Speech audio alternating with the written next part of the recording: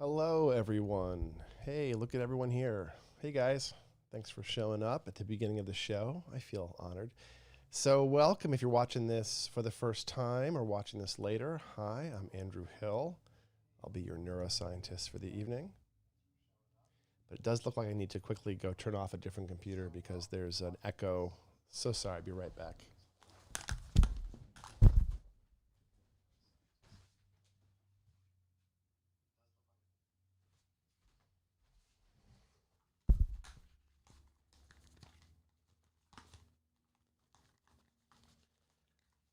Okay, sorry about that. There was another computer across the room that I use for work, and it was on YouTube. And guess what started playing was this live stream. That would have been really disruptive. I don't know if you ever have any of you guys, when you were kids, went to a science museum. But in the 1980s, maybe before, to date myself, we went to the Boston Museum of Science every year as a school field trip. And one of the things they did was put on headphones on some kid on stage and played their voice back into their ears with a slight delay. And basically nobody can speak through that. It becomes really, really difficult to produce words, and with that imprecise, staggered feedback. And so we were essentially being demonstrated the mechanism of stuttering. So now that that's sorted out, welcome everyone. Let me look at my chat. Okay, no one's asking questions yet, so welcome. This is Neurofeedback and Chill. I always seem to have tech trouble, so today it was random audio across the room. And we usually go over some neurofeedback protocol and talk about something with regards to biohacking or health and wellness or sometimes science. And so tonight I thought I would go over some of the findings that have shown up over the past 6 months or so that are sort of interesting from my perspective, things we're learning about the brain. When I was, again, growing up in the 70s and 80s, we were taught again and again that you are born with all the brain cells you have, you don't make any new brain cells, and that's it, so take care of your brain. And of course, we know that that isn't true. We, at that time, even thought that maybe it slowed down or stopped after childhood. Turns out that's not true. We're making new brain cells all the time, up until the moment we stop living. Even if you're 70 years old, you're still making 600, 700 new neurons every single day. And as I'll talk about today a little bit, neurons are not really the only cell type in the brain, and we've learned a lot about the brain. So let me turn off the labels here, the timer. And so again, this is Neurofeedback and Chill. I'll be your host. Move my head over here. I'm going to select a client with the Eager software. And I'm going into my client settings file and then plan. Let's see what I have set up. So this is Eager Neurofeedback software. On my large screen, the formatting of this left box is kind of weird, so it's not quite as small in most screens. But I'm doing C4 minus A2 tonight. That sounds fine. 4 to 7 inhibit, 11.5 to 14.5 reward, and a 22 to 34 hertz inhibit. And I'll explain what that is with real data on the screen for you. And before we get up and running, I'm going to shift to putting some wires on my head. If you have any questions about neurofeedback or anything else as we go, please lay them on me. I will talk about brain cells tonight, but that's not the only thing we have to talk about. So let me know if my audio is still okay, please, because I kind of lose track of the volume level. So if my volume drops away or something, you can let me know. I'm going to do some neurofeedback. And so for that, we need wires. Hey, Radar Ashwood. Nice to see you. All right, get some silver wires here. Get these in focus. There we go. And so C4 minus A2, the ears are the A, left side and right side. Okay, cat, I'm sorry. These are not toy strings for you. Yep, nope. I have a cat who decided this was the best place to be right now. That is the hazard of being a neurofeedback person with cats, is they think you're doing this for them. So let me untangle some wires. Really should have done this before tonight, but that's okay. All right, so I have 2 ear clips going. I'll start with those. And what I'm going to do is put some paste, some electrolyte paste on the wires and hang those off my head. And here we go. So it's pretty easy to put paste on if you're one of our clients. We've taught you, but all you have to do is cover any visible metal with paste. Bare metal touching skin will create a bit of a bridge or a high impedance area, and you'll end up with a lot of environmental noise, 60 hertz noise in the US, 50 hertz in the UK, for instance. Hey, Patricia, nice to see you. Welcome. Thanks for the audio check. I appreciate it. And so just before I ran over and sat down on my couch to set up for you guys, I was giving somebody some support. And it can be really frustrating to do neurofeedback. So if you're struggling, don't think it's just you. Even though it's pretty simple to set up, there's lots of small troubleshooting steps. And the software in the field of neurofeedback is cutting edge, circa 1980 at most. All right, so right ear is a black wire, and that's going to go into the reference hole. So this is a Q-Wiz, and in this case, it's red minus black is the channel, and green is the ground.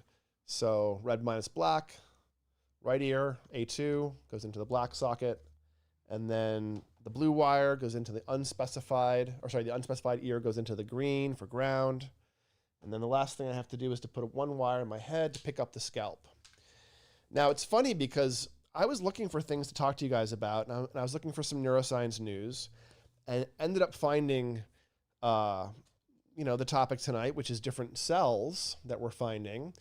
And one of the articles, and I'll just jump to it because I find it really amusing, is supposedly there's this brand new area of the brain involved with the mind-body connection. You can look in the show notes to check it out, but the mind-body connection sounds pretty esoteric. It's pretty awesome, right? Well, what they're talking about is the precentral gyrus. Now, those of us who do neurofeedback know all about the precentral gyrus. The one on the right supervises if you're paying attention to the outside world in a way that you want, if your attention is actually engaged the way you want. So it's the supervisor over here of the executive. And I'm going to stick a wire on that guy and measure the beta waves and build it up a little bit. But the precentral gyrus is the most posterior part of the frontal lobe. And that was the whole point of this article, was like, oh my God, it's frontal lobe, even though it's not in the frontal lobe. And it's really controlling a descending set of structures down through the thalamus into the body, and also ascending up behind that area into the sensory tissue, really the awareness of the body. So, and then both of those sensory motor strip tissues go down through the thalamus, which is the switchboard, all through other parts of the brain. So very much we know that this central strip is involved with this mind-body, if you will, connection. But that was one of the quote-unquote brand new findings that I thought you would all be amused by, especially if you've done some neurofeedback. All right, is this wire on right? Can I get a wire placement check here? I think I'm right. What do you guys think for my C4? Those of you who do neurofeedback, is that a little high? I gotta confess my vision's not that great, and my vertex is there. Yeah, it's close enough, probably. All right, so C4 minus A2 means that I'm getting a subtraction going across this side of the head. I'm subtracting the signal at my scalp from the signal at the right ear and creating a right-sided emphasis. So I wanted to do a more hemispheric lateralized training tonight, and that's what I chose. So let me go kick off my session and then answer questions and tell you things that I thought to tell you. So I'm going to run this, and let's run it with, let's go old school and go with, I don't know, highway. It's kind of silly. All right, so eager is starting. Oh, you can see in the bottom right-hand corner of the eager, that red, it says whiz bad. What that means is my whiz is bad. And this is the whiz. My whiz is being bad. So it's pretty easy to fix. You unmount it and you remount it. Well, I assume it's going to work. Let's see. I was mucking about with this whiz earlier today. Let's see if that's going to work. Run. I've been trying to build some software and trying to get my Mac to talk to this whiz, and I was sending all kinds of commands down the whiz. Let's go to, I'm going to change my game. Let's do v.mazes, and let's see if the whiz comes up. There it is. Now it says whiz in green. That means the amplifier is being seen and the driver is loaded. The green means that there's good impedance as well. If it's iffy impedance, it goes yellow. Sometimes it'll flicker back and forth between yellow and green. Even though eager sees, or the amplifier sees decent impedance, we can see a little bit of noise in the signal. There's a little bit of 60 hertz noise, a little bit of fuzziness in the signal. It's not so much that I'd worry about training, adjusting before we trained, but it is there. So you can see here's my raw signal, and that squiggle is live data. Is it live or is it Memorex? It's live. Well, it's YouTube live. So as I move, you can see noise in the signal a little bit as I clench my jaw. That's high amplitude muscle tension. So it's EMG, not EEG, electromyelograph. A few blinks. Blinks are showing up. Those are looking like 4 to 7 hertz, but I guess I'd have to blink a lot to affect the amplitude. So then you have the bands below that. So the filtered out bands, the 4 to 7 hertz, 11.5 to 14.5 called SMR, or sensory motor rhythm, and then 22 to 34 is high beta. So my signals are pretty good. I'm going to deselect all bands. I'm going to F9, F11, F9, which on eager will auto threshold and auto scale everything. I'll just F12. Let's go back. F12, F12, F12. Okay, F11, F9. So if you look carefully, the bands, the 3 filtered bands are changing size just a little bit as we adjust. And what that's done is it set it up so you can see here on this band, I'm making 15 microvolts of amplitude, and I want to make less theta. So what I've done is I've set my threshold at 18 microvolts. And then what we're dealing with is a momentary change. So my average is 15, and you can see that moment to moment, the size of the waveform gets bigger and smaller. And so whenever my brain is making less theta than that threshold, 18 microvolts, it'll let the game play. So, you know, I forgot to upgrade my version of eager. I remembered last week we had some trouble with me seeing the chat and the eager screen at the same time. So I may just run for a few minutes, or I may hop on YouTube on my phone and answer your questions that way.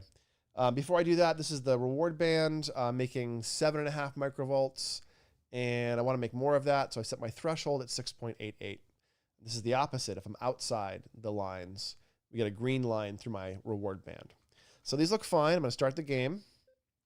And now you can see my little maze there and a Pac-Man. Now, one reason why I like this game is the size of the dots are tied to the amplitude of my theta. So as my theta goes up, you'll see those dots swell. As my theta goes down, you'll see those dots get smaller.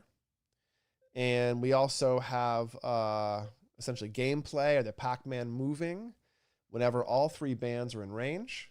And we also have a beep happening. So you can probably hear faintly there's a beep happening each time I get a green vertical line through the raw trace. There's a beep and there's movement in the Pac-Man. And that's the whole game. So for the next, looks like I have a 12-minute segment set up. For the next 12 minutes, I'll do that. Let me grab my phone and look at your comments on the live stream that way, just to avoid, or maybe my laptop. I have another laptop here. Cool. So bear with me for 1 second while I bring that up.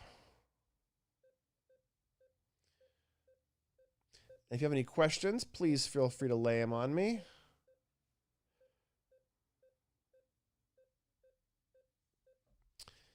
Okay.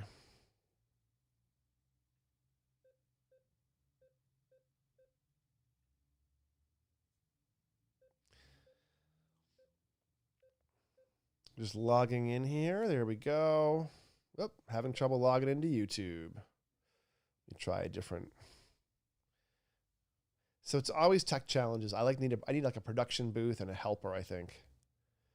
I promise I'm not that old. Like, technology should not defeat me, but sometimes it seems to. Okay. There we go. Go to my channel and then look at the video. Make sure I'm muted. Cool. All right, so now I'm in your chat as a participant, which will mean I can see it better.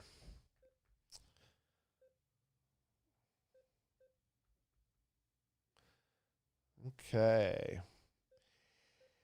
Hey, El Chatterino. When did they add that with the dots? Oh, you mean the VDOT mazes? So there's two versions of mazes in Eager. One's called mazes, creatively enough. One's called variable dot mazes. And we've had variable dot mazes, we've had it for years. It's probably been since before like 2000, somewhere around maybe 2000. I think Howard added that. So it's been around for a while. But there's a mazes and a variable dot mazes. And I always have people run the variable dot mazes for obvious reasons. Hey, Guy Soleil, can neurofeedback improve balance issues? Yeah, do you mean vestibular issues like physical balance? I would expect so. I had a lot of vertigo myself, sort of idiopathic vertigo, and I had to find neurofeedback to kind of quell it. And I've been very sensitive, if you will, to other people's vertigo since then. And so I've developed a handful of protocols that seem to work adequately to very well, depending on the person, on grounding. I'm feeling physically balanced. And those tend to be temporal lobe, like T5, T6, posterior temporal lobe protocols. Not always. Sometimes you can get a grounding effect of a stabilization of vertigo or other balance issues by doing C-site, SMR and beta protocols. You can see my raw trace there is kind of drifting a fair amount up and down. I think what that was a little bit of sweat caused the electrode to shift or to change the impedance at the electrode. So it got a big shift. You have vertigo, Guy? Ugh, that's so horrible. I'm so sorry you're dealing with that. After you try all the other stuff, the imaging, the Epley maneuvers, et cetera, if nothing really works, then it might be a neuro kind of phenomena. And at that point, I would recommend looking at your QEEG and looking for slow brainwave clusters in the temporal lobes, or lack of alpha with too fast, too much beta. That can drive vertigo for some people. It'll usually have other components with it, if so. It might have tinnitus. It might have sensory irritability.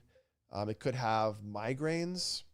If you are dealing with migraines, then I would actually recommend going after not just EEG training, but something called HEG, or blood flow, vascular dynamic blood flow training. That's actually why I had this QWiz amp on my other desk a minute ago. I was plugging it into my Mac and probing its USB serial, trying to figure out the commands that I would need to control it, because I'm working on some HEG software to make more accessible to do blood flow training, because I love Eager, even though it's a little expensive. I love Eager because it's so easy to use and anyone can really run Eager. Knowing what to do is hard, but using it's not that hard. But once we're into the HEG landscape, we're often having to use things like BioExplorer or BioEra, and those pieces of software are fine if you know how to use them. But if you're not already savvy with those pieces of software, they're really kind of clunky and frustrating to use. So I'm trying to create a new piece of HEG software and to make it desktop and make it cross-platform so that we can really just run the HEG wherever we want to. So Radar is asking, how about tinnitus and Tourette? So of course, different things. Tinnitus, I think in terms of neurofeedback, what I tell people, and I think it's at least this good, is I tell people that about 50% of clients have change in tinnitus, and it's a little hit or miss. We don't know if it's going to cause an impact or support change. But if we do start getting change, we can usually get a lot more and really progressively create a more stable change, a reduction in that tinnitus usually. So I think it happens about half the time. And I'm not exactly sure why we can't get a larger impact or for more people rather. Again, if it does move for one person, I'm pretty confident they'll keep moving and have some good change that's long lasting. But most things that neurofeedback works for, I see some people on the chat who I know are experienced with neurofeedback. So please weigh in on this next comment I'm going to make. Most things that neurofeedback works for. So for executive function or anxiety or sleep or a bunch of other stuff, seizures, it kind of mostly works. It doesn't always 100% of the time work, but it usually works. Like, most of the time it's an exercise process. So finding the right thing to exercise is the hard part, not actually getting the brain to change. So this is also why you don't train to the QEEG. Somebody was talking to me on Facebook about the fact that, training, people who use QEEGs train you to be average. And the furthest thing is true. We do not train to the mean, to the average on a QEEG database unless you're using Z-score training. I'm not training my beta up onto my right side because I have a low amount of beta there. I'm training it because I know how my brain works, and I would like to get more SMR beta there and reduce theta. And I know it's a valuable place to train for me because I know how my brain looks. But I wouldn't train any brain to the middle of the bell curve. You don't want to be caught in what Roberto Pasquale Marquis would disparagingly call hotspotology. If you don't know who that is, Roberto Pasquale Marquis invented Loretta, which is the free source analysis tool. And he was really not a big fan of QEEG, the flat maps, having these blobs of color and thinking we knew what was going on, and you train for those blobs of color. And so looking at the deep physiology became more important for understanding how brains work. And then you can train at the scalp, but you don't train to the means. You don't train to the averages. You train the brain that's you're working with in the direction that it wants to go and the direction the client wants to go. So Radar, you asked about Tourette's. Tourette's is a form of a tic disorder, and it tends to have discharges, little blips. It can have little subictal, what Jake Unkelman would call spikes or instability events, essentially pre-seizures. And there's a lot of incidents in various forms of neurological stuff of like subacute seizure activity happening, and something like 25% across all kinds of things, from autism to ADHD to OCD and Tourette's. So there may be a seizure disorder component to some of these things where SMR training would be really useful. But in general, we think of Tourette's as discharges in some of the speech and language areas, as well as the front midline, the anterior cingulate being involved. And the obsession or compulsion for the behavior is the anterior cingulate. And then the speech areas are discharging, if you will, or firing and overcoupling to that anterior cingulate. You can kind of see the anterior cingulate coupling to various areas, and you can predict the flavor of obsession or frustration the person has. So for instance, if your anterior cingulate's discharging with mid-temporal areas in the language area, you might be having Tourette's and vocalizations if it's anterior. You might be having auditory hallucinations if it's medial. If it's posterior, you might be having intrusive memories or images replay. There's all kinds of different things. If it's back right, posterior, you may have misophonia or claustrophobia or agoraphobia. There's a big circuit back here in the back right, the right tempoparietal junction, that maps the world into the self in a bunch of ways. And when it's running hot and yoked to the anterior cingulate, we get environmentally triggered anxieties like misophonia or rage-filled hyperfocus on small sounds, or agoraphobia or claustrophobia, which most people know what those are. So Tourette's, I think it can make some good impacts in, just like any other tic, any other OCD type phenomena. We have really good impacts with OCD-like things, tics and obsessions and compulsions. Not every single client is a slam dunk, but I had a client a couple of days ago who was very new to us, like his first or second session. And he has a mix of OCD and ADHD, and somebody, prescribed medication, and he took a stimulant, and his OCD got turned up to 11, and he did not like how he felt. So we did a targeted protocol for his second protocol before we really knew, what was going to work well for OCD. We looked at his brain maps and went, okay, it's a plausible idea, and put our thumb right on it for him because he was suffering and, having some trouble. And he had a very strong subjective impact right away. So that can happen. You can use the brain maps to inform your perspective of the physiology, even if you're not ruled by them. So I would encourage that. And in someone like that, that's the kind of brain that you might see. This person, it wasn't Tourette's, but I don't really consider Tourette's all that different from biting your nails or having exercise compulsion or something else with an OCD type phenomena. It's just the Tourette's has a vocalization or some other motor thing. I lived in an apartment, a house, a garden level, meaning lower level condo on the East Coast for a few years. And the gentleman who lived above me had Tourette's, and his Tourette's was a combination of swearing and stamping. And so unfortunately, it was a fairly loud neighbor situation. And I was already working in psychiatric by then. I kind of knew what was going on. And if I hadn't, I would have been a much more annoying downstairs neighbor, I got to say. Hey, Angela Johnson, does neurofeedback help with impulse control? It helps really, really strongly with impulsivity. ADHD types of things, I'm going to unhook myself now, done my session. ADHD types of things are among the lowest hanging fruit in a neurofeedback provider's set of targets. Let me get my computer to behave here. There we go. ADHD and also other forms of the brain doing what's called inhibition.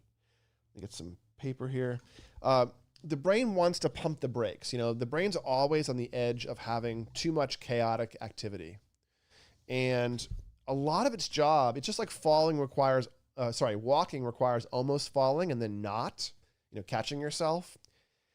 Thinking, living, having a mind requires, you know, balancing at the edge of criticality, the edge of having seizures. And all human brains are kind of about to have seizures all the time.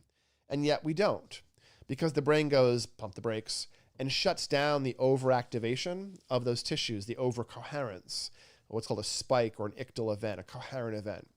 So what you have in all brains is this kind of balancing point between being too ordered, which is, you know, death, and too chaotic, which is, you know, having a seizure. And between those is the ability to make change. And so the brain uses several resources to tune that, to pump the brakes on how much things are changing, or to, let me get back to my, there we go, or to get to it might pump the brakes on things like preventing seizures or preventing physical motoric impulsivity, where you can't sit still, or sleep inhibition, where you can't stay asleep. And so the brain gets pulled out of sleep too easily. It can't resist. So the brain uses something called sensory motor rhythm. I was just training it on the right-hand side. Over this circuit here, it's used for supervising if you're paying attention. And so therefore it impacts things like sitting still and impulsivity. But it's also used in the brain for inhibiting seizures. And it's also used in the brain for staying asleep at night. It's called sleep spindles, or sigma, when you're asleep. So we have this this resource set whose job it is to pump the brakes. And the inhibitory tone, the brain's ability to decide if it's going to overreact or react to something, is sort of the critical aspects of shaping voluntary brain activity versus the brain falling over into a seizure state. So we have that ongoing SMR tone, and in the absence of the SMR, theta brainwaves take over. Now, theta has a different role. It's kind of like the release mechanism of a set of tissues. So a specific tissue, any particular tissue that you're looking at, if it's making tons of tonic theta, meaning all the time, tonic theta and phasic theta are different. Tonic and phasic brainwaves have different roles. A phasic brainwave, a burst of something, or maybe a spindle of something, will have a functional role briefly. It might be a recurrent role, it might come and go, but it's sort of happening in a moment. And then you have tonic theta, or tonic brainwaves, where the brainwave just sort of sticks in a mode and hangs out there. And if you have tonic theta, then whatever tissue that's in has a really hard time shutting off. It's kind of automatic. It's always kind of doing its automatic job. And you'll see tonic theta on the anterior cingulate I mentioned. And so you might see that in Tourette's, but more often you'll see tonic theta on the front midline in two very classic complaints. One is in having songs in your head really aggressively, like all day long. Having songs in your head is front midline theta. Also doing things where you are like nail biting obsessively. That's also front midline theta. Nail biting fits into a whole category of like ticking and picking, where you're pulling at like eyelashes and hair and nibbling on things and can't stand threads on your clothes. That's a whole category of like grabbing stuff. It's a bit of a tick, and you wouldn't necessarily think of nail biting as being OCD, but it's in the same ballpark, you know, broadly. And getting a control over that tissue to some extent is as straightforward as tuning that extra theta. So I have live streams on this exact topic, not on Tourette's, but on OCD, on the cingulates. So you can look back at the past few and you'll find some of those. But the short answer, Angela, to my, the short answer, the end of the long answer, is generally we see about one full standard deviation of impulsivity benefit or improvement against the average age-matched sample about every other month, about 25 sessions or so. So when you have someone with severe ADHD, they're going to have impulsivity that's 3 standard deviations perhaps off the mean, off the average. And with someone like that, you would expect to see their executive function, their self-control, their ADHD become in typical or above average range eventually if you do neurofeedback, and really kind of walk it up that bell curve and watch it change, feel it change, see it change in the individual, and then look at the brain maps and look at the performance testing, look at ADHD style go, no go testing. And those will all show a pretty linear change in impulsivity. Now, if the impulsivity is from like brain injuries and things, it's harder to moves about half as quickly as, built-in versions like ADHD, but it's a very tractable phenomena to bring down that theta and bring up the beta tone to replace it. Hey, Joshua, if you have a non-learner, you shift to a very different kind of neurofeedback. You favor in for slow. They seem to have an equal chance with another very different approach. Yeah, sometimes I shift when I'm not getting, I don't really have any non-learners or non-responders as far as I know. I have people for whom the protocol hasn't been found yet, but rarely do I have somebody who's not like experiencing something from the training. And so I generally, if I'm not getting effects I'm looking for from the neurofeedback, subtle effects or, not the right effect, sometimes I'll bring other modalities in to support more change. I will change the style of neurofeedback, but I'm still generally doing either amplitude or coherence training. But you can do nearly anything with a combination of those protocols. So I just mix up the protocols. Aloha from Hawaii. Aloha, Angela. Let's see. Sonia. Hi, Sonia. Hi, Dr. Hill. Can neurofeedback help reduce or even eliminate leptiform discharges, seizures in kids with ASD? Thanks. Yes. The literature by Dr. Barry Sturman did a review paper in 2012 or 14, showed that the average reduction in seizure is about 50%. I've never seen a result as poor as 50%. I got my initial training working in the East Coast with a population that was mostly autistic, a lot of seizure disorder stuff happening there, and we would really routinely see seizures drop away. In my work with my companies, Alternatives and Peak Brain, I would say I've probably seen people for whom the seizure disorder was their primary complaint. It's got to be like 30 or 40 people. And there was maybe one who didn't have strong changes. And everyone else had really strong changes where the seizures pretty much went away. And then I would say about half those people, the seizures would push back.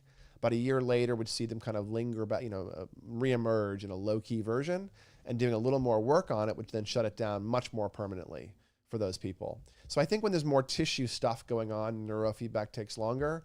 And even though the brain's SMR can control the ictal event, the spike, if it's not well addressed, then we seem to have to do neurofeedback again in the future. But yes, very strong changes in epilepsy and seizures with neurofeedback, regardless of whatever else is going on. I would say it should be among the top line interventions. It should be probably done before major neuroleptics, unless you're really acutely having seizures.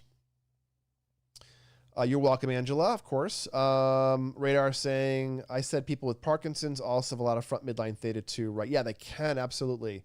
There was a study, I think it was a pilot or a conference study that Scott McKegg's group did out of UCSD as one of the proof of concepts with the initial version of EEG Lab. Now, EEG Lab initially, it does a lot of stuff now, but initially it was a tool primarily designed to do ICA, or independent component analysis, meaning find the components within the signal that are uncorrelated, anti-correlated, meaning they're orthogonal. They don't have any relationship to each other. And that's actually not most of the signal in EEG.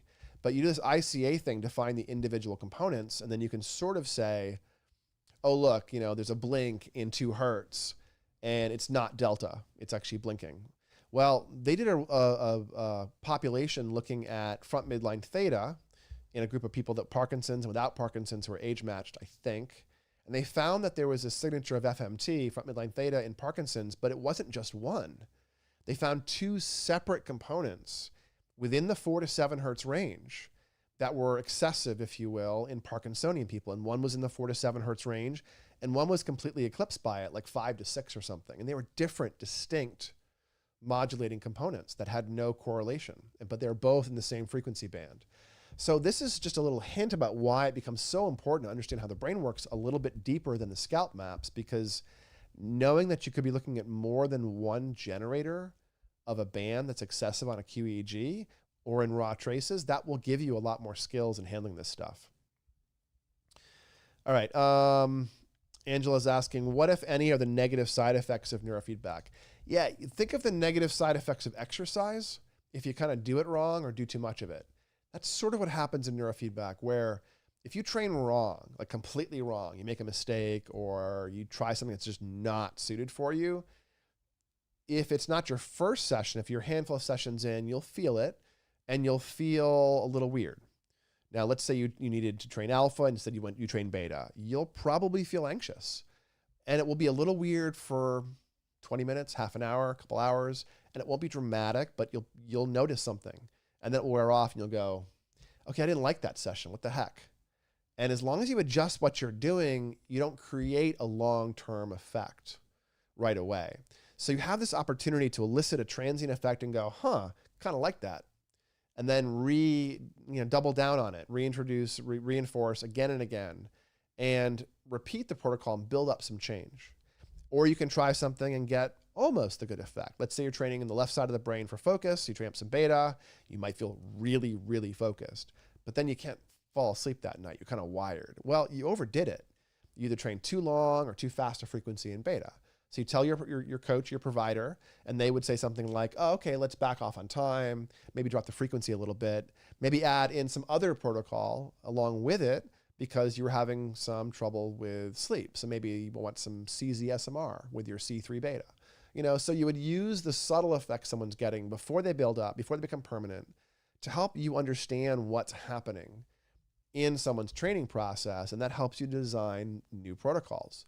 So this is how a lot of the providers in the field have gotten so good at doing neurofeedback, is because we get close, understanding someone's brain map and complaints and the clinical lore, but then there's this process of validating what happens with the individual's experience as the guide, and that teaches you about brains. And so you end up working with somebody to learn their brain with them a little bit, beyond the initial stages. There's often a little bit of individualization that requires that testing. So yes, there's side effects, but they're transient. They're also nothing to be afraid of, nothing to ignore. You want to kind of get a sense of how things feel afterwards. And generally, you'll feel more of the protocol than you expect, or you'll feel wired or tired, and your sleep will be a little thrown off, either onset or maintenance of sleep, if you're not training in a way that's congruent. Sorry, I think we're having an earthquake. Happened a couple weeks ago too. A lot of earthquakes in California, in Southern California these days. So let me talk about some of the cell types you all came here to see. A bunch of you guys are on the live stream tonight. Thank you so much. If you're new, I do these things every week, and there's a whole bunch that you can go watch. So I want to talk about cell types a little bit. And over the past few months, we've had interesting, all kinds of interesting issues with, of course, Angela, my pleasure. We've had me pull up a little cheat sheet here. Bear with me. There we go. So I would say the second half of 2024 and the first couple of months of 2025, we've had. Sorry, I'm having trouble seeing the notes I emailed to myself. There we go. Okay. Oh, they were already open in another window. Of course they were. All right. So a bunch of things happened late in 2024. And then we just keep finding more stuff. And I was shocked. I mean, and I have a PhD in neuroscience. And, I remember when I was in college and we started to learn that, again, that kind of how all the brain cells we're going to have that time we're 15. And then a few years later, when I went back to grad school, things were different. Now we discovered we're making new stem cells, making new neural stem cells and new brain cells. That was incredible. And so, all throughout grad school, I had this perspective of things being much more plastic and changeable. And I did a lot of work around, developmental psych, like I had experience with autism and ADHD and things, but also gerontology and watching how aging brains and our perspective on aging brains is really changing because our understanding of what was changeable was changing.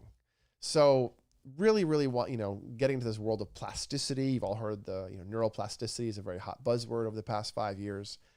Well, late in 2024, there was an atlas published looking at brain cells, types of brain cells. We have neurons, we have several types of glial cells, we have, other similar cells that are either neurons or glia, right? Lots of different types, but that's the general sense of brain cells, right? Turns out there were over 3,000 types of brain cells indexed in an atlas that was published in 2024. So an exhaustive category of the cells found 3,000 different types of cells in the brain. So I'm not going to talk about 3,000 cells tonight, I promise, because, you'd all go home, but maybe you are home, but there's a lot going on. So some of the most interesting stuff that's coming out, one is we've discovered something called a subarachnoid lymphatic-like membrane. So when you think about the layers that wrap the brain, we classically think of 3 layers. There's the arachnoid, which is the middle layer. There's the dura mater, the tough mother on the outside, and the pia mater, the gentle mother, or the soft mother on the inside. And the pia mater kind of goes down into the brain and it follows the grooves. And the arachnoid is like a thick spiderwebby layer. When it's full of fluid, it's a gapped space, if you will. And then the dura mater is like really, really thick, like really tough paper/leather. And that was classically the idea about these layers of the meninges. And then maybe 5 years ago, we discovered the glymphatic system, which is a lymph system in the brain that's draining into the body. And it's the sort of, it's involved with the immune system and maybe some signaling going on, kind of cool. Well, it turns out there's another meningeal layer, a 4th one. And its job, the subarachnoid, it's below the arachnoid, and it's a protective barrier. So it's not the pia mater, it's above that. It's the SLYM, the subarachnoid lymphatic-like membrane. And it's an extra protective layer, and it has lymphatic flow and acts as an immune mediator to protect the brain as a shield, like a physical and an immune shield around the brain. So there's your first brand new cell type or structure type in this case. All right, new question. Sonia's asking, if a brain region, let's say T6, back right, is not working as effectively as it should, okay, will it have adverse effects in other brain regions and disrupt them functionally and vice versa? Maybe. If it's real, it depends on what other regions. If the other regions are not necessarily talking to T6 or using that right tempoparietal area, then no. But let's say T6 is off, T5 would be as well, because those homotopic or symmetrical areas are used together in some ways. And you would have adjacent areas, especially around T6. The whole tempoparietal junction area would be off. So if you had a lot of sensory integration issues, or maybe you couldn't pick up verbal prosody. People talk like this all the time. They can't, there's no emotion in the voice, or it's very kind of monotone. That's a failure of verbal prosody because the person's not noticing their own tone of voice. And if someone had that, then they may have adjacent tissue also having trouble. So someone with a prosody issue in their speech would also have a potential issue in recognizing faces. The fusiform face area being right nearby uses some of the same resources. But generally, there's no hard and fast rule because the brain can do a lot of reorganization, and people are kind of weird. So maybe is the short answer. All right, another type of cell. So those of you who are neuroscientists or biohackers know about place cells. These are cells in the hippocampus that are ridiculously replete with the ability to make plasticity factors, BDNF. And one of the best ways you can create brain health and plasticity is by exploring new environments, because the place cells go nuts for new environments and start generating tons of information flow. This is actually why I think if you do neurofeedback, you often have dreams of exploring environments, going on journeys, because I think there's so much plasticity boosted. Your brain's like, oh, it must be place stuff, and is trying to like reorganize environmentally, even though you didn't actually go anywhere during the day. But the place cells we've known is a big driver of plasticity, a big driver of hippocampal function, helps encode environments, for instance, helps with lots of learning. Turns out there's another cell with a related role, a specialized role called the ovoid cell. It's a little egg-shaped cell. And what it does is it reacts to objects, like physical objects.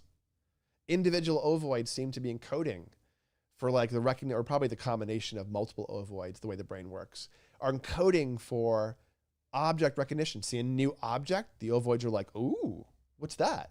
And then it learns, the ovoids learn in their activity patterns about objects. So we have place cells and object cells now. Kind of similar, but not exactly the same. Okay. So I've mentioned this before with regards to seizure, but the microglia and the astrocytes that rush in and sop up brain damage. So if you damage the brain, you tear the tissue, there's a huge spill of glutamate and blood into that area. And both glutamate in circulation and iron, blood in circulation, will really kill brain cells rapidly. And so astrocytes and microglia rush in and become physical barriers to create scar tissue. And they also metabolize those yucky things, all that extra glutamate and all that iron. And so we've known for a long time that 8 to 10 years after a big brain injury, seizures sometimes show up in that delayed way. And one of the mechanisms is the glial cells that were initially rushing in to become repair cells and to metabolize excess glutamate seem to start producing glutamate somehow. And there seemed to be this process where they went from, helping to hurting almost, and the excess glutamate then creates seizures, organized spike events. There's a new study suggesting there may actually be cells that are halfway in between. And what we've been assuming is this transformation happening may be actually an intermediate cell type that's neither glial cell nor neuron, but is sort of both at once. And these are the cells that are producing glutamate, looks like. So we're starting to figure out more things. All right, back to the user questions. Radar is asking, does the spiritual experience from alpha theta do anything special, or is the improvement people get from AT primarily caused by getting the brain out of a high beta state? Oh no, it's really special. It's really special. It re-educates or educates the ability to go into nonlinear states, into flow states, into access consciousness. It gives you the ability to talk about your emotions. It helps with the way that I do it with intrahemispheric communication. Makes you deeply creative, deeply aware, juicy. Helps with emotional sensitivity. Powerful stuff. It's not about getting out of the beta. It's really about getting into the crossover state where the alpha has first risen and then dropped, and the theta rises and keeps rising. So if you ever see your theta rising at the same time your alpha is dropping, even if the amplitudes aren't crossed over, that's a crossover state, because the rise of theta is that release, that awareness, that taking the brakes off. And more specifically, that's a 6.5 hertz theta. That moment of aha, as the memory pops up, that's a 6.5 hertz theta burst or a spindle happening briefly to release the information from where it was being retrieved. So the beta, can get in the way of alpha theta. If you have tons of beta, you may have a hard time achieving crossover, achieving that more soft state, that nonlinear state. I often don't do alpha theta until someone doesn't have any excess alpha or theta and doesn't have massive amounts of excess beta. And then they respond to it much more better.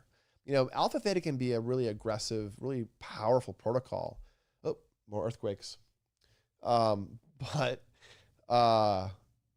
it's also really healing for a lot of people. So I love to use it, but I don't use it willy-nilly or jump in recklessly. It's a powerful protocol. And I generally only work on protocols that can create those really powerful experiences of strong state shifts. Once I know someone's brain, once I know what's likely to work for them, once I know where home bases, safe places are for grounding, stabilizing, calming, focusing, once I know their history and how well they are at navigating their internal environment. I have clients doing alpha theta for esoteric experiences and just like basically tripping hard from alpha theta. I have other clients using it in a dabbling way just because it's fun. I have clients using it for peak performance or peak creativity. I have clients using it before therapy to free up their emotional access so they can get into their emotions deeper. So alpha theta is really powerful stuff. Yeah. It's not really about the beta. It's a different mechanism. It's those nonlinear circuits where the brain's starting to turn off a little bit. Very powerful stuff. All right, on my notes here, I have the atlas I mentioned, 3,300 cell types. Distinct cell types. Unbelievable. Then there's the mind-body bridge in the brain, which we know is the precentral gyrus, that PCG, that C3 and C4. They are the moment, the tissue, the control system between thought, feeling, action, and the body. C3 and C4. And the rest of neuroscience is apparently starting to figure out what us neurofeedbackers have known for a long time. Another thing I thought you guys would appreciate is, we saw some brain waves earlier in the screen, some EEG, and those often are considered to be waves. Well, it turns out through different forms of imaging, we've discovered waves that are not oscillatory up and down, but that spiral through the brain and create patterns that are physical spirals that seem to be information rich in some way. So we're just still scratching the surface in terms of how these cells work. And then last, this last one's a bit freaky, but we're hurtling into the AI future. Skynet's coming for us, and I, for one, welcome our robot overlords. No, just teasing. But slightly freaky. You guys have heard about mini brains, neural cell clusters that are used for testing drugs or how information processing works. Well, these mini brains, these organoids, they're called, often with dozens of cells that are creating information processing, have been hooked up to AI. They've now successfully created information interfaces between groups of neurons and AI. So all jokes aside, we're rapidly getting into uncharted territory with regards to what technology is doing, and the interface between. I'm hooking myself up to EEG and measuring my brain's electricity so I can train it, so I can exercise it, so I can create resources. But and then BCI, people that are locked in or paralyzed will use the same kind of EEG, but that's the computer reacting to the brain so you can control the environment. And neurofeedback is the computer reacting to the brain to control the brain. And if we actually have this synthetic, essentially brains as neural tissues yoked to what is already a fairly impressive LLM and chain of thought and reinforcement learning in the AI landscape, I think we're going to see some really, really freaky things in the next few years. So hold on to your butts. All right, so that's the end of my really cool things happening in the brain cell landscape. I encourage you to learn about your own brains. You can learn about these different brain waves we're talking about. If you would like a brain map or a quantitative EEG and an executive function assessment, I have a special deal for you. You can get one of those at Peak Brain for $250, and that gets you a year of access where you can do more brain maps and more attention testing and examine how your meds work, your lifestyle changes, and there's no ongoing costs. Or you can do neurofeedback, and we'll charge you a little bit and guide you through a course of neurofeedback training over a few months, and you can do that with us anywhere in the world pretty much because we work remotely. So you guys can let me know if you want to come and check out your brains. I think I have a link to the discounts that I offer to the show viewers, the Peak Brain discounts in the show notes.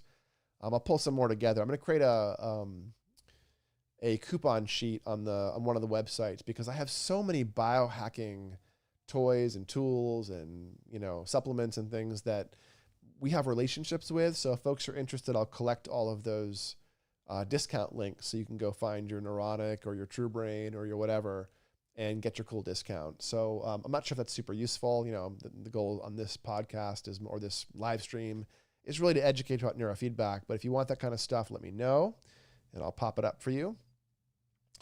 I think that's it for the night, unless you guys have more discussions. Oh, of course, you're welcome, Sonia and everyone else, and El Chatterino.